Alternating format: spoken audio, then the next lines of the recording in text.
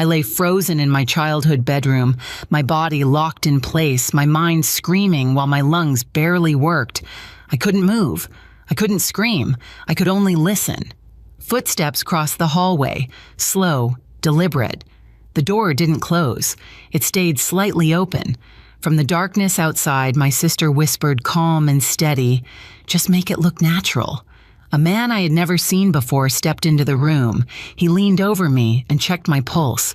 That was when I realized something far worse than death was happening, because whoever he wasn't there to save me. I lay frozen in my childhood bedroom, unable to move, unable to scream, my body heavy like it no longer belonged to me. I could hear everything. Footsteps in the hallway. Slow, careful, intentional. The door didn't shut. It stayed slightly open. From the other side, my sister's voice whispered, calm and controlled, "Just make it look natural." A man stepped into the room, a stranger. He leaned over my bed and checked my pulse like this was routine. That's when I understood the truth. This wasn't an accident. And whoever he was waiting for next wasn't me. It was family who needed me gone. My name is Rachel. I'm 37 years old, and for most of my life, I learned how to disappear without leaving the room. I live in Virginia now, far from the house where I grew up. I work as a senior data analyst. It's a quiet job that rewards patience and precision. I like numbers because they don't care who you are. They don't play favorites. If something doesn't add up, the truth eventually shows itself.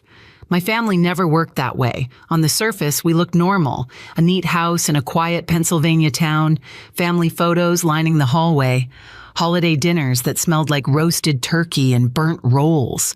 If you walked in once a year, you'd think everything was fine.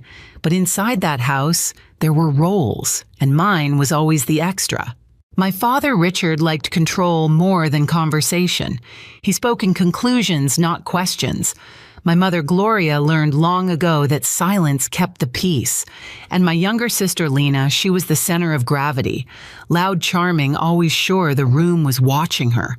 Growing up, I learned early that praise wasn't evenly distributed. If Lena did well, it was proof of good parenting.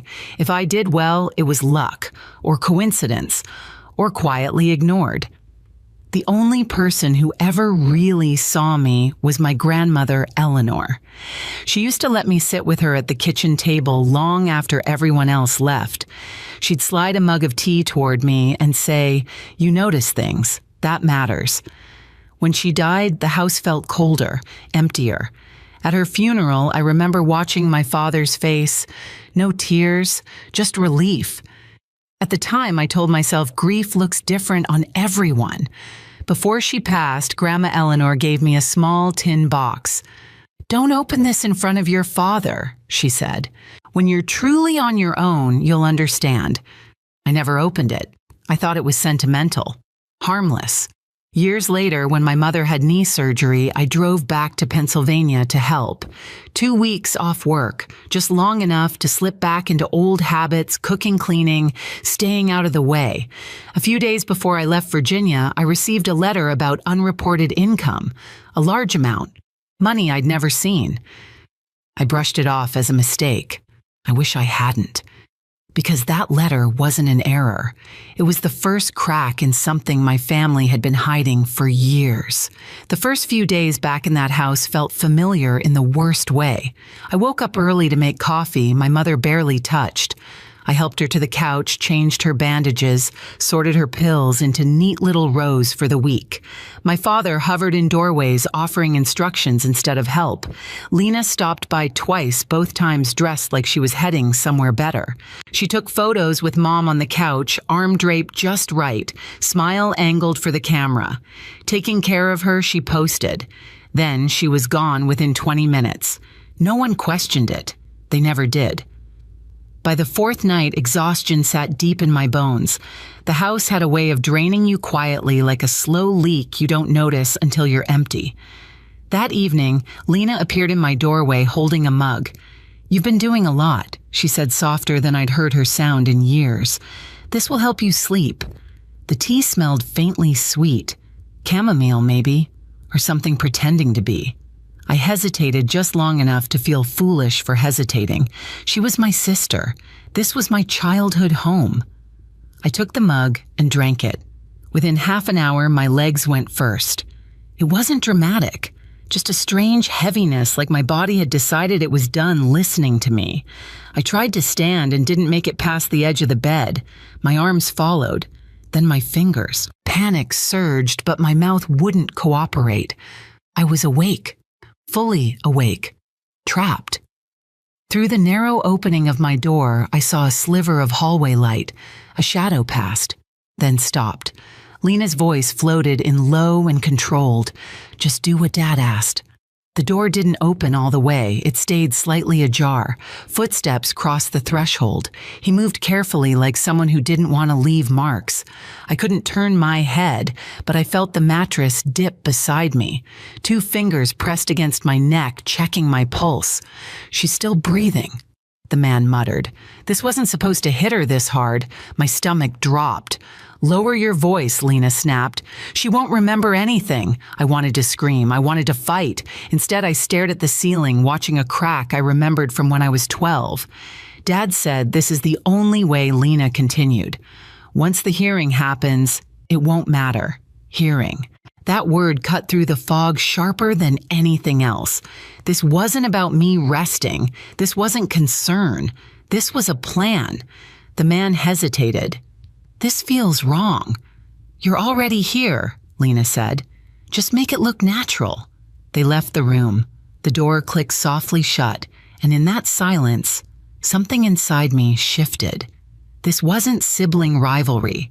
This wasn't neglect. This was deliberate. My family wasn't trying to protect me. They were trying to erase me. And whatever that upcoming hearing was, I knew one thing with absolute clarity. If I stayed in that house until morning, I wouldn't leave it on my own terms. Time stretched in strange ways after they left. Minutes felt like hours. Hours slipped by without edges. The drug loosened its grip slowly, starting with my fingertips. A faint tingling. Pins and needles. Pain I welcomed because it meant I was coming back. I kept my eyes closed. I slowed my breathing. I needed them to believe I was still gone. Sometime later, the door creaked again. Lighter footsteps this time. Lena's perfume reached me before her voice. She stood there longer than necessary, watching, waiting. Still out, she murmured to herself. The door closed. When I was sure she was gone, I opened my eyes. The room was dim, lit by streetlight bleeding through old curtains. My body felt like it had been dragged across gravel, but I could move. Barely. That's when I saw it. On the floor beside my bed, half hidden near the nightstand, was a small white card. I slid off the mattress, my legs shaking, and picked it up with clumsy fingers. A name, a title, nothing else. A private investigator. My heart started racing again, this time with clarity instead of panic. Lena wasn't clever enough to bring a stranger into this. She followed instructions. She didn't design plans. Someone else had. Before I could think further, I heard my father's voice echo down the hallway, sharp, controlled. Awake in a way that meant decisions had already been made. Is it done? He asked. A pause. Good. The hearing soon. Keep her calm until then. Calm. My stomach turned. This wasn't about a night or a mistake. There was paperwork involved, timelines, a future where I didn't get to speak for myself. I waited until the house went quiet again. Getting dressed felt like moving underwater. Every sound felt too loud. Floorboards creaked like accusations.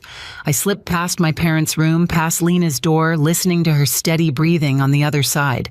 The front door opened with a soft click. Cold air hit my face. I didn't stop walking until I reached my car.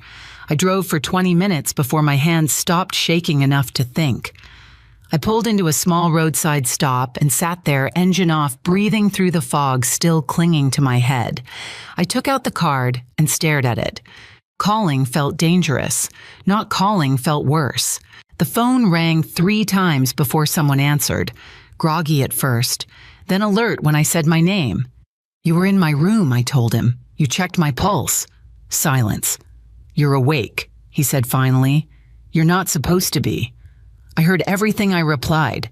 My sister, my father, the hearing. Another pause, heavier this time.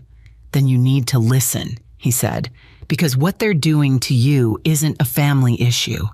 It's legal, and it's already in motion. I closed my eyes. For years, I'd believed being invisible kept me safe.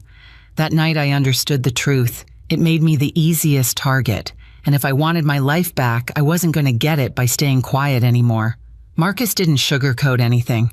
What your father filed, he told me over coffee later that morning in Virginia, is a guardianship petition. If it goes through, he controls your finances, your decisions, even where you live. I stared at the steam rising from my mug. On what grounds incapacity, he said. Financial irresponsibility, emotional instability. I almost laughed. Almost. For months, Marcus continued, he's been building a paper trail. Payments, bills, accounts opened and closed in your name. Money moved around to make it look like you were spiraling. And my sister, I asked. He hesitated. She thinks she's protecting your parents. She believes you were taking money. Your father showed her documents, forged ones. Something in my chest tightened. Not sympathy, not forgiveness, just clarity. Marcus slid a folder across the table. There's more. But if we're going to stop this, we need a lawyer. Today. That's how Sandra Chen entered my life. She didn't waste time on comfort. She asked precise questions, took notes without looking up. When I told her about the night in my bedroom, her jaw tightened just enough to notice. This isn't just financial abuse, she said. It's coercive control, and the timing matters. When is the hearing Friday? I said. She checked her watch. Then we work fast. That afternoon, back in my apartment, I finally opened the tin box my grandmother had given me. Inside was a folded document and a letter yellowed at the edges. Her handwriting was shaky, but unmistakable.